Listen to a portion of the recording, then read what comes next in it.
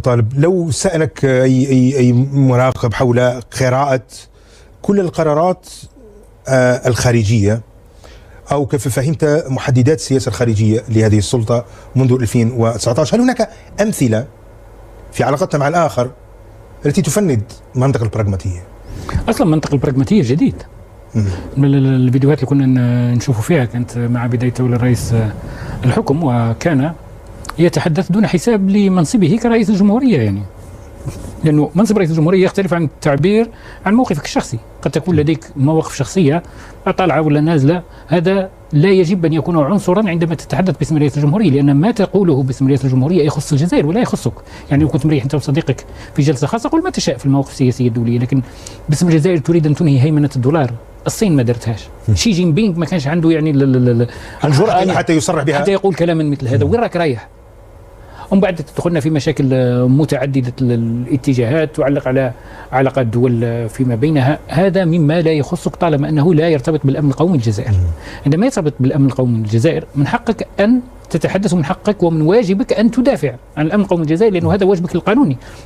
لكن فيما لا يخص أمننا القومي وش دخلك؟ أنت عندما تحدث عن أمثلة، يعني قضية الصحراء الغربية وقعت أحداث يعني في المحيط امتحنت محددات سياستنا الخارجية وقضية البراغماتية. أولا قضية الصحراء الغربية، انقلابان في الساحل، عندك في مالي والنيجر وبوركينا فاسو أيضا، وإن كنا نتحدث عن يعني عن الجارين النيجر ومالي. عندك توتر مع الإمارات، عندك أزمة حصلت مع إسبانيا وأزمة حصلت مع فرنسا. هذا الشاهد، يعني هذه وقائع. قراءتك للتعامل السياسة الخارجية مع هذه، هل فيها براغماتية أم فيها منطق آخر؟ يعني أولا في العهدة الأولى الرئيس تبون ما كانش أصلا براغماتي، كان يخلط. أنا آسف ولكن لا أجد أي تعبير أفضل. يعني كان يستكشف الحياة السياسية الدولية، يعني يقول تصريحات تدخلنا في حيط ومن بعد يعود يتراجع، يعني ويصدر قرارات تدخلنا في حيط، مثل القرار بتخفيض العلاقات التجارية مع إسبانيا ثم عدنا عنه. هذا قرار كارثي في الحقيقة، وسبب للجزائر خسائر مش فقط على المستوى الاقتصادي، لأن الناس تحدثوا عن المستوى الاقتصادي أنه خسرنا كثيرا، ولكن يا رجل المستوى الرمزي السياسي صحيح. أنك أنت قلت خاصمت إسبانيا من أجل قضية الصحراء الغربية، ثم لم تغير إسبانيا موقفها وعدت إلى مصادقتها. فرنسا خاصمتها من أجل قضية الصحراء الغربية، ثم صرت تقول إن الموقف الفرنسي ليس جديدا. لا تدير في المشاكل. السؤال لماذا؟ ثانيا، عندما باسم الجزائر توقع على تصريحات كبيرة وعنتريات وقرارات عظمى، يصبح التراجع عنها مشكلة بالنسبة للجزائر، مش مشكلة بالنسبة ليك، لأن أنت واضح أن أنت ما عندكش مشكلة تقول كلام وعكسه. لكن بالنسبة للموقف الجزائري يضعفنا على المستوى الدولي، ما يخليش البلاد نتاعنا تنال المكانة التي تستحقها. هذا هو المؤسف في الموضوع سليم، المس برمزية واسم الجزائر. أما لو كان هذا الرجل ينطق باسمه الخاص فليقول ما يشاء، حتى واحد ما راهو يعني محير به. طيب ما رأيك في هذه يعني ونحن يعني الذين كتبوا في هذا الموضوع ذكروا هذه الوقائع، الخلافات مع مالي، مع النيجر، مع بوركينا فاسو، قضية الصحراء الغربية، الموقف من القضية الفلسطينية، العلاقة مع إسبانيا، العلاقة مع فرنسا، العلاقة مع الإمارات. كان هناك فعلا امتحان كما قال أحد المراقبين، امتحان للسياسة الخارجية، لتعامل لتعامل السلطة مع قضايا خارجية في علاقاتها مع هذه الدول. هل كانت فيها فعلا براغماتية، يعني حساب المصالح وفقط؟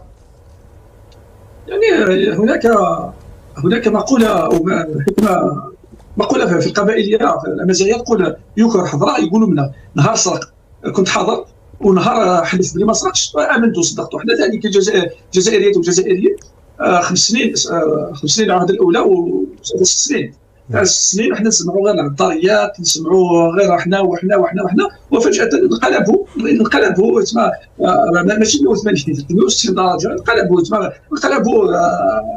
انقلاب فظيع ويحبون نصدقوهم. والأكثر من هذا أن المجلة هذه، المجلة اللي المفترض أنها ماشي لا تأخذ في مثل هذه المواضيع، هذه المجلة تقدم صورة شديدة التفاؤل لمكانة الجزائر الدولية، تحكي على الجزائر وتحكي على نجاح الدبلوماسية. بصح هذه الصورة الرسمية أولا تنتقد نفسها. قرأوا الجيش نتاع مارس 2025 ولا 2024، المواطن البسيط سيلبس التناقض أو الفجوة الرهيبة بين هذين.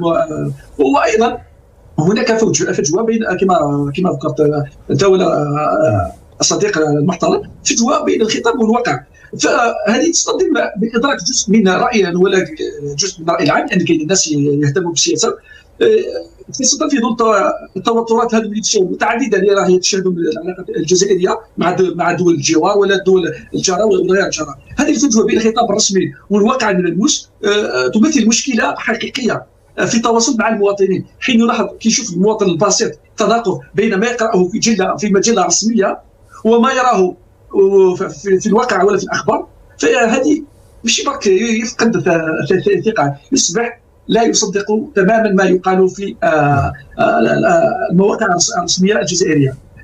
المشكله هنا ماشي قضيه الدفاع عن سياسه الدوله او ابرازها للانجازات تاعها، هذا امر طبيعي لان اي اعلام رسمي من حقه يمد صوره مثاليه، ولكن لازم يكون فيه اعتراف بالتحديات او الاخفاقات. هل ترى كيش مره سمعنا مجله كما هذه ولا الاعلام الرسمي يتحدث عن اخفاقات او يتحدث عن التحديات؟ اذا احنا كي ننتقدوا بموضوعيه، يجب ان يكون هناك خطاب متزن على الاقل يعترف بالصعوبات ويعترف بالنجاحات واضعاف الايمان. يا اخويا نقلبوا الصفحه، تغيرت صح، تغيرت موازين القوى، تغير كل شيء، ولكن هما بين عشيه وضحاها يكونوا يتحدثوا ما باليش كما بدينا يتحدثوا عن المبادئ، يتحدثوا عن المواقف المبادئ، وفجاه يوليو يتحدثوا على البراغماتيه، وللاسف يورطون مجله عسكريه اللي اصبحت منبر دعائي. وهذه حتى ان هذه اصبحت المجله اصبحت تخلط بين الدفاع الوطني والسياسه الخارجيه وللاسف يعني. نعم انا رايي الشخصي، انا اعطيك رايي الشخصي في مثل هذه الاوضاع. صح تغير كل شيء من فضل، يعني نقول لهم من فضلكم غيروا على الاقل، غيروا من هؤلاء الناس على الاقل باش يحترمون الناس، على الاقل ما يشوفوش الواجهه. كان يقول كلام وغدوه من ذاك يقول كلام اخر، على الاقل يجيبوا واحد اخر يطبق سياسه اخرى. كان جميل زروال كان يتحدث على الكل امني، ومن بعد حبوا يديروا مصالحه، نحاو زروال جابوا بوتفليقه يتحدث على المصالحه. على الاقل بصح نفس الشخص يتحدث على شيء وناقضه، على الاقل يجيبوا شكل رجال، يجيبوا واحد اخر يتحدث بالبراغماتيه. دكتور نذير، هناك سؤال يفرض نفسه الان ايضا، ودعني يعني اسالكم نفس السؤال. يعني ابدا معك استاذ بوطالب، لماذا ظهور مصطلح البراغماتيه الان اذا؟ للنظام اكتشف حدود العنتريات، اكتشف أن الكلام الكبير له ثمن، اكتشف أن الخطب شيء خطير للغاية، أنه الميكروفون أداة صعبة جدا، يعني أنه مش فقط يحكم الميكروفون ويبدأ يتكلم.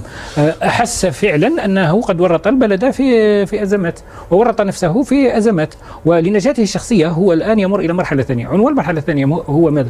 هو استرضاء الولايات المتحدة الأمريكية. انساوا العناوين الكبيرة، لأنه الرئيس تبون والفريق الإعلامي نتاعو مشهورين ومشغولين بالعناوين الكبيرة. الجزائر الجديدة، بلد لا يركع، البراغماتية. كلمة براغماتية بالمناسبة في المدارس السياسية هي مدرسة من المدارس السياسية، يعني ليست سبة، هي مدرسة من المدارس السياسية، ويمكن لدولة أن تمارس براغماتيتها بما لا يضر مع ثقافتها وحضارتها وانتمائها، عادي، ليس في الأمر إشكال يعني. ولكن هذا الاستعمال تاع هذه المفردات الضخمة والنبيلة يصف فقط واقعا بائسا. أنت دخلت في حيط ثم قررت أن تبيع كل. هل هناك ملفات يعني ما الذي يحدث الآن في الخليج العربي والشرق الأوسط، العلاقة مع فرنسا، يعني هل هناك ملفات ضاغطة على تغير؟ لأنه الناس تسأل يعني لماذا مصطلحات، لماذا منهجية البراغماتية الآن بعدما كنت تتحدث عن المبادئ وعن تحرير فلسطين والصحراء الغربية والوقوف أمام كل القضايا، مع كل القضايا عفوا العادلة في العالم. هو كان يظن أنه سيؤدب إسبانيا وسيؤدب فرنسا ويضرب بهما المثل للاتحاد الأوروبي كامل، ثم اكتشف أنه هذا الأمر غير ممكن، أنه قدراته أقل بكثير من الكلام اللي قاعد يقول فيه، فعاد القهقرة. ثم اكتشف أنه الحركة في الحياة السياسية الدولية لا تستلزم لسانا طويلا فقط، تستلزم أيضا عمقا اقتصاديا وعمقا سياسيا وتوافقا دوليا. والتوافق الدولي هو لا يفهمه بالمعنى النبيل، بمعنى وجود مصالح مشتركة وعمل جدي، لا، يفهمه بالمعنى الأقل تحضرا. يعني لما تروح الولايات المتحدة الأمريكية وتقرر أن تعطيها حقوق الاستثمار في الغاز الصخري وتمكنها من الاستثمار الفلاحي في الجنوب، أنت لا تفعل ذلك ضمن خطة استراتيجية طويل المدى، أنت تفعل ذلك ضمن خطة لإنقاذ نفسك. لأنه حتى الذين يتعاونون مع الولايات المتحدة الأمريكية تحترم الولايات المتحدة الأمريكية قدرتهم على أن يقولوا لا. ترامب ماذا قال؟ قال أنا أحترم الأقوياء، لا الدولة صح. مثل تركيا ثاني جيش في الحلف الأطلسي، وعندها لسان طويل وعندها مبدأ تدافع عليه، وتقول لك موقفنا من القضية الفلانية كذا وكذا، في قضية إيران كذا وكذا، قضية فلسطين كذا وكذا، قضية مادورو كذا وكذا. احنا منذ أن قرر أن يدير البوصلة للولايات المتحدة الأمريكية خلاص نسي أن له لسانا، فغاب في قضية مادورو وغاب في قضية إيران غياب تام، لا كلام، ما لكن اتخذوا موقف يعني مساند لدول الخليج ورفضوا الاعتداءات على دول الخليج، يعني أليس موقفا براغماتيا هذا؟ لا، هذا ما نحكش البراغماتية، ما نحكش اصلا البراغماتيه هي ماذا؟ انك من البدايه قال خويا ايران اعتدت على دول الخليج وانا ضد هذا الاعتداء، انت لم تسمي ايران اصلا. نزيد لك حاجه واحده اخرى، لو كنت تفهم حتى في البراغماتيه، دفاعك على القانون الدولي هو جزء يحفظ لك أن تتحدث باسم القانون الدولي لاحقا. أنت الحرب على إيران تم خارج القانون الدولي، أنت لم تشير في بيانك إلى أن هنالك حربا شنت على إيران خارج القانون الدولي. الآن لما تتجاهل القانون الدولي، ما الذي سيحدث عندما ستتحدث في قضية الصحراء الغربية؟ تقول القانون الدولي ينص، يقول لك شوف هذه الحكاية فوتها، لأنك فوتها من قبل. في أي موضوع ستفتحه لاحقا عندما تقول قانون دولي سيوقفونك. هو مش فاهم عواقب ما يفعله. يعني المؤسسات الدولية والقانون الدولي حتى مع هشاشتها هي عناصر لازم في النقاش السياسي. ألا يفرض عليك يعني تفرض عليك مواقف ضاغطة ما أنه لمصلحة البلد أن تعدل من مواقفك، أن تعدل من خطابك؟ أليست حكمة هذه؟ صحيح، حدث هذا في الحرب العالمية الثانية عندما اجتمعت رئاسة الوزراء البريطانية وكانت تشرشل الذي عارض التوافق مع الدولة الألمانية عارض التوافق معه وقال لهم أنا رايحين الحرب وما سمعوهش. ثم لما اتضح صدقه استقال رئيس الوزراء البريطاني وألفوا الوزارة الجديدة، وجاء تشرشل تحدث مع كل الزعماء البريطانيين الموافقين والمعارضين اللي في السلطة والمعارضة، قال لهم شوفوا أنا كنا ماشيين في مقاربة سيئة، الآن سنمشي في مقاربة حقيقية. خلاص فهموا أن الموضوع الآن يتعلق بالوطن، فهموا بأنه التغيير في السياسة أملته ظروف كثيرة. الآن أنت بدلت وحدك، ما كلمت واحد، ثم ما زلت تلقي علينا خطابات يصعب ابتلاعها.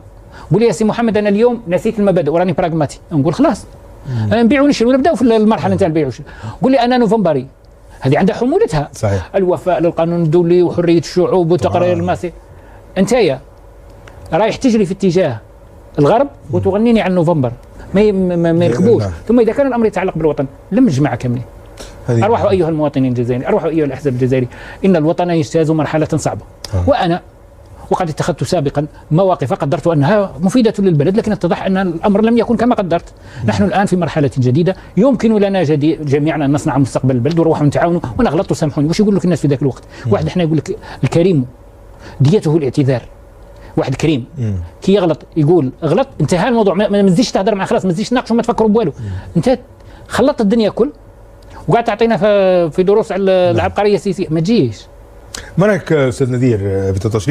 لماذا ظهرت البراغماتيه الان؟ ما الذي فرضها على السلطه؟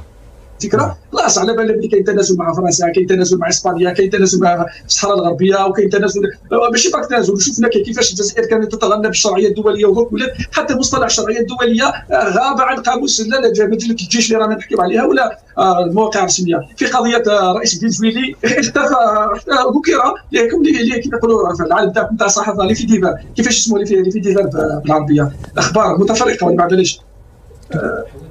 لا الحوادث يعني الحوادث يعني اللي في ديفان، احداث متفرقه اللي في ديفان يعني هذه الدوله اللي نشفى في 1992 اعلنت الحداد على اثر وفاه محمد بوضياف، وديك الدوله اللي نقولوا نديروا نفعلوا نطلعوا هبناها طالعينها مهبطين، ومن بعد فجاه يختطف رئيسها. خلاص معليش تبدلت